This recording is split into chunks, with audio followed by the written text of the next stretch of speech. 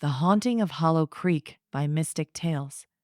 In the heart of Hollow Creek, there stood an ancient mansion known as Ravenswood Manor. Once a grand estate, it now lay in ruins, its windows shattered and walls covered in ivy. The townsfolk avoided it, whispering tales of ghosts and mysterious disappearances. But for Emily Turner, an aspiring paranormal investigator, it was the perfect place to uncover the truth about the supernatural. Emily had heard the legends since childhood. The manor was cursed, its halls haunted by the spirits of those who had perished within. Determined to document the paranormal activity, she gathered her equipment and set out for Ravenswood, unaware of the chilling encounter that awaited her. As she approached the mansion, the air grew thick with a sense of foreboding. The floorboards creaked under her weight, and the faint scent of decay lingered in the air.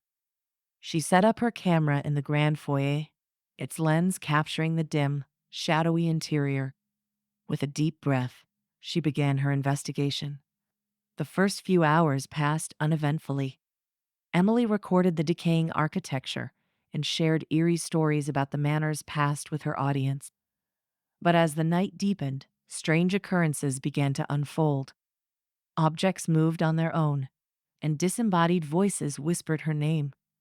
Cold drafts swept through the rooms, despite the windows being sealed shut. Emily's heart raced as she made her way to the grand staircase. She felt an overwhelming urge to reach the attic, where, according to legend, the most intense paranormal activity occurred. Each step seemed to echo louder than the last, the oppressive silence amplifying her fear. In the attic, she discovered old furniture draped in white sheets, a thick layer of dust covering everything. As she panned her flashlight across the room, she noticed an old, ornate mirror leaning against the far wall. Its surface was covered in grime, but something about it drew her closer. She wiped away the dust, revealing the mirror's glass. Suddenly, a cold hand gripped her shoulder.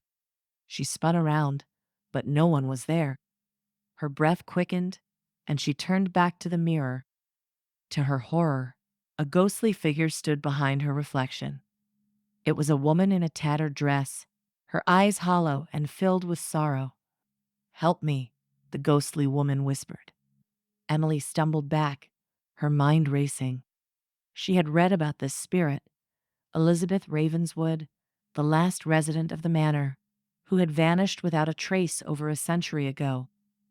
Determined to uncover the truth, Emily tried to communicate with Elizabeth.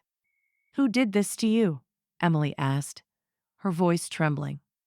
Elizabeth's form flickered, her face contorted in pain. He he trapped me here. I cannot rest." Emily's investigative instincts kicked in. She knew she had to find out who he was and how to free Elizabeth. She searched the attic, eventually discovering an old diary hidden in a chest. The diary belonged to Elizabeth and detailed her tragic story. Elizabeth had fallen in love with a man named Charles, but her father, Lord Ravenswood, disapproved of their union.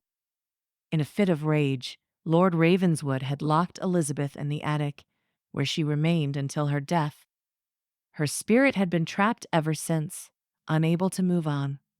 Emily felt a pang of sympathy and determination. She decided to confront the spirit of Lord Ravenswood and demand Elizabeth's release. Armed with Elizabeth's diary, she descended into the bowels of the mansion, where she sensed the malevolent presence was strongest. In the dark, damp basement, she called out to Lord Ravenswood. "Show yourself. I know what you did." The air grew colder, and a shadowy figure materialized before her. Lord Ravenswood's ghostly visage was twisted with anger and guilt. "You cannot change the past," he snarled. "But I can help her find peace," Emily replied, holding up the diary. "Your daughter deserves to be free." Lord Ravenswood's form wavered, his anger giving way to sorrow. I I was wrong. I see that now. Release her." With those words, a blinding light filled the basement. Elizabeth's spirit appeared beside her father's, their forms intertwined in a final embrace. The light intensified, and then they were gone. The oppressive atmosphere of the mansion lifted. Emily felt a wave of relief wash over her. She had done it. Elizabeth was free. As she packed up her equipment, she glanced back at the now peaceful Ravenswood Manor. She knew the story wasn't just about uncovering ghosts, it was about setting them free. Emily left Hollow Creek with a new purpose: to help other restless spirits find peace. And as she drove away, she couldn't shake the feeling that Elizabeth's gratitude followed her, a silent blessing from beyond the grave. Thank you for joining us on this journey through the haunting of Hollow Creek. Subscribe to Mystic Tales for more captivating stories of the supernatural and the unknown. Until next time, remember, not all spirits seek to harm. Some simply seek to be heard.